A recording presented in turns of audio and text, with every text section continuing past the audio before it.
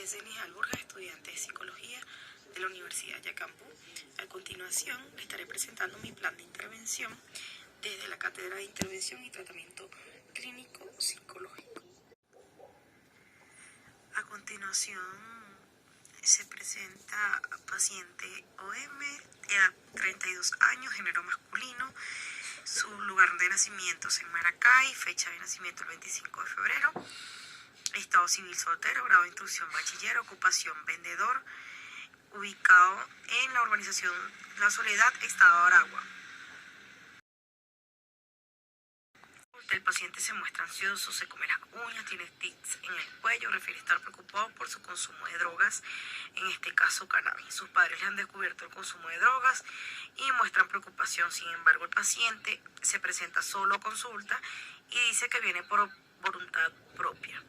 Refiere que no puede parar de consumir, comenzó desde temprana edad el consumo de cannabis. Decía que antes lo usaba como para fiestas, eventos, y después ya no ha podido parar.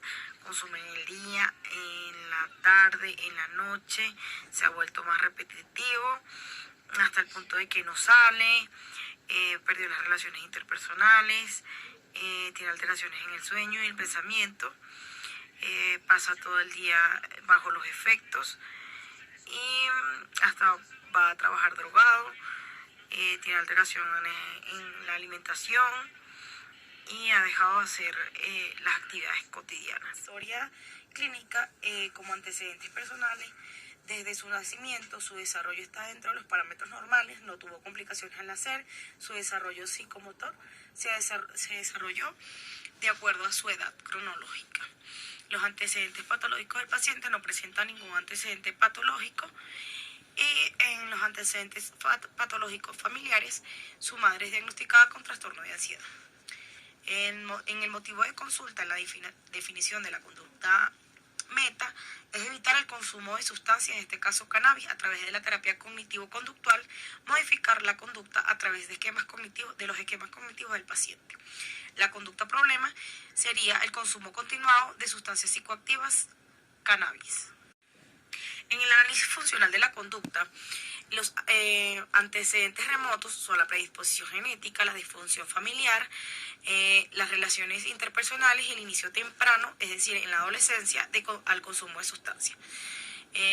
¿Cuáles serían los antecedentes próximos? La baja autoestima, inestabilidad emocional, miedos, dependencia de las drogas, autodesvalorización, inseguridad y falta de motivación.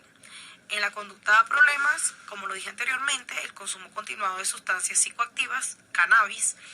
En el fisiológico emocional, palpitaciones, ojos rojos, sudoración, temblores, náuseas, euforia, desmotivación. En cuanto a lo cognitivo, pensamientos de inutilidad, inseguridad, pobre autoconcepto, pensamientos negativos hacia la crianza de su hija, necesidad de aprobación y preocupaciones por el futuro. En cuanto al factor del motor, temblores, alteraciones del patrón del sueño, síntomas de insomnio y falta de apetito. Consecuencias a corto plazo, tenemos el deterioro de las relaciones familiares, la pérdida del control de la conducta, pensamientos obsesivos por el deseo de consumir, problemas en las relaciones sociales y afectivas, episodios de ataques de pánico y sobredosis. A largo plazo, el desarrollo de trastorno por consumo de cannabis. Este plan de intervención es suprimir el consumo de cannabis, disminuir la intensidad y frecuencia de los pensamientos negativos, modificar las distorsiones cognitivas, hacer una reestructuración cognitiva, aumentar la motivación para volver a las actividades que antes solía hacer. Manejo de las relaciones interpersonales, comunicación con el núcleo familiar, reestructurar la relación con su hija y la prevención de recaídas.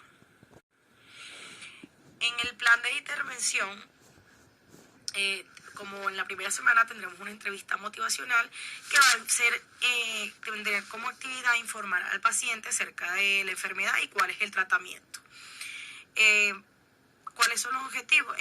Informar al paciente de su enfermedad, registrar información acerca del consumo frecuente de drogas y como tarea para el hogar, ver película terapéutica de 28 días.